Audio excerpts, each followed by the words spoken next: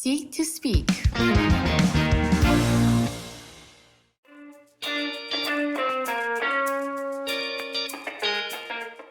As somebody who is a very experienced debater as well as speaker, can you maybe tell the group how that has helped you get to where you are today? You know, like a Kazana scholar, Cambridge goer, business owner, Amazon employee. Yeah, like how did those skills help you get to where you are today? I would say being a debater or a public speaker helped me in three ways, or just the experience of participating in a lot of those competitions and training sessions.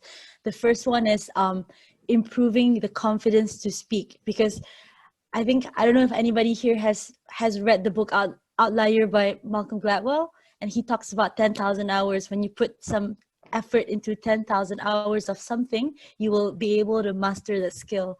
And being part of a debate or public speaking club helped me work on my speaking skills, which then really benefited me later on in life when I was interviewing for jobs, when I was going through all my interviews for scholarships, and also to get into Cambridge. So what debate and public speaking has done is gave me that 10,000 hours. So it was just not just me being able to talk, but it's about me listening to how other people frame their sentences, how other people frame their views. And when you listen to these things, you get different ideas of how you should say certain things too. And then in addition to that, it's also a practice time. You can try to say things, the most bizarre things in a public speaking or a debating setting. And because people there are very open-minded or like-minded, they would either respond well or they will tell you off, and you know how to change and adapt and improve the way you communicate over time. And I think that kind of practice really helped me, especially today. I think being a Malaysian in the UK, running a business, or at least an initiative or a project, in addition to that, working in an environment where everybody is a native English speaker, it is very daunting. But what being a debater or a public speaker that has helped me is having that confidence of just knowing that I can communicate well because I've done so before through all those competitions with my friends. That really helps me adapt to this new environment. So I would say, if you guys haven't joined a speaking club or a debate or public speaking club, this one, Women with Wit, is a great way to start.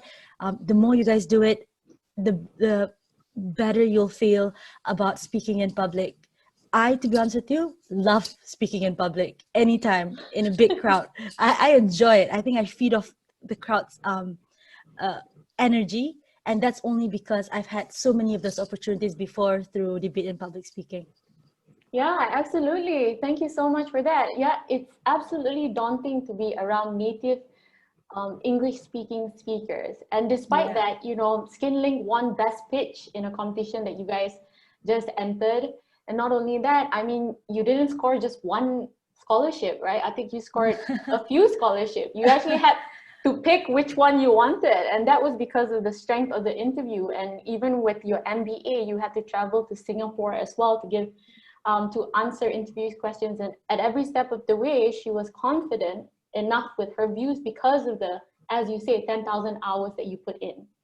Unfortunately, though, Atiq, not everybody is like you. Because if we look at a survey by event software company Bizabo, they found that out of the 60,000 speakers the company analyzed in 23 different countries, 69% of them were males, which means that men outnumber women 2-to-1 as event speakers.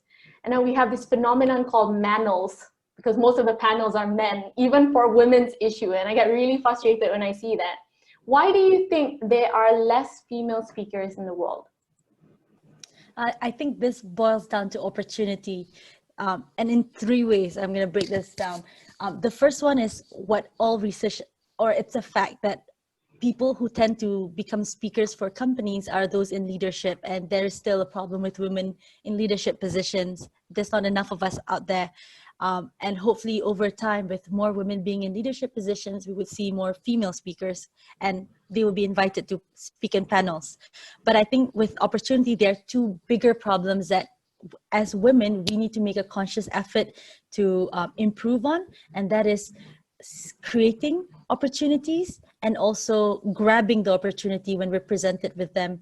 I don't know how many of you here would grab onto any opportunity to be able to speak in public. I think the fact that you are here today means you fall into the category of women who would do so, but I know a lot of women who wouldn't do that. And just reflecting from my experience working in, I've worked in 3 different companies, 2 in Malaysia, 1 here, and I've had so many amazing female managers or like bosses. And although they're really good at their work, they don't want to do anything involving being able to represent the company or building their reputation. They're at that stage where they like what they do it really well, and that's it.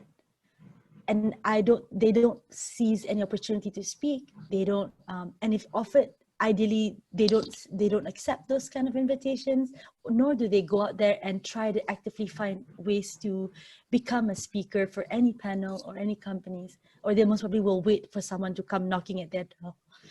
I think somebody earlier mentioned about how men sometimes think differently, and I think this is one of the ways where this is one of those things where I agree with you.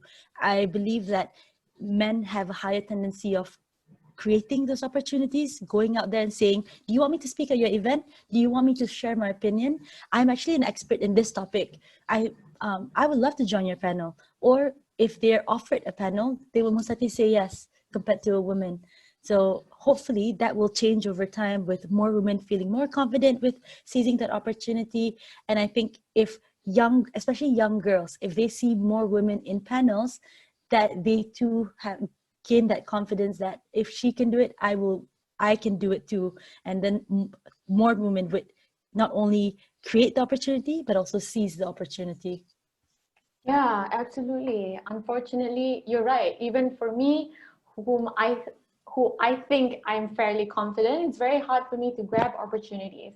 And it's also like we also grapple with, I don't know about all of you, but I grapple with imposter syndrome all the time. It's like, am I good enough to speak? Am I great enough to seize the opportunity? But men, on the other hand, they're like, even if I'm not qualified, look at Kanye West. You know what, presidency, I'm gonna go for it, even if I'm totally unqualified. So you're absolutely right. It's difficult to have that, to be socialized, to be brave all the time, because I don't think we're socialized to be brave. We're always told to be careful when we go out, careful what you wear, make sure you don't say these things to, make people mad. So that kind of like feeling of constantly having to be restricted also restricts you from grabbing those opportunities, no matter how smart or accomplished you are. So speaking of that and that sort of fear, what advice would you give to members of this meeting, also any women in general who are really shy and who find it very difficult to express themselves? I think always try. I believe that reason why people don't go up on stage to talk is because there's this fear of failure. It's always because you fear what people think of you.